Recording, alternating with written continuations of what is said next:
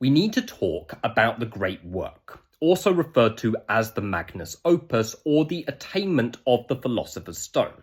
Now, the Philosopher's Stone is perceived as the symbol of pure alchemical transformation, the symbolic transformation of the physical vessel into the image of the higher self, or the practitioner's true divinity.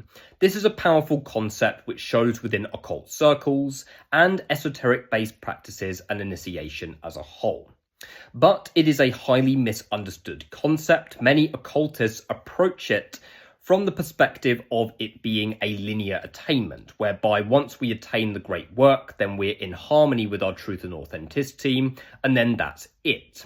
Many do not realize that the great work is a cyclical process, a process that you keep undergoing and keep refining every time you move in that cycle.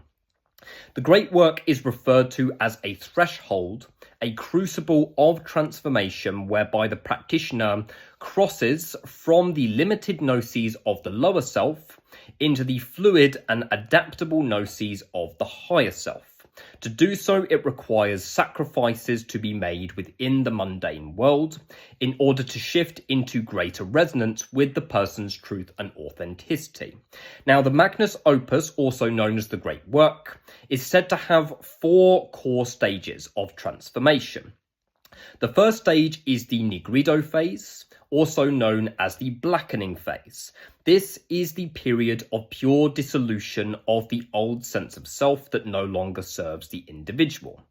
We then have the albedo phase, also referred to as the whitening phase, whereby what is left after the dissolution phase is purified and refined further.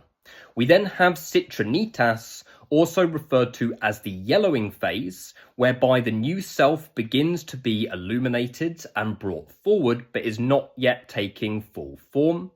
And then we have the final phase, which is rubedo, also known as the reddening phase, whereby the vessel is entirely transformed into a pure force of individuation and is now taking on the literal image of the practitioner's higher self or divinity.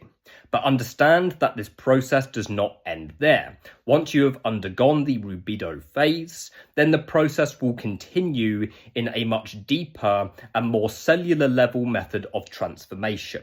Once the great work is attained, what is left is going to be tested and refined time and time again. So the truth about the great work is that it is cyclical and is a never-ending process.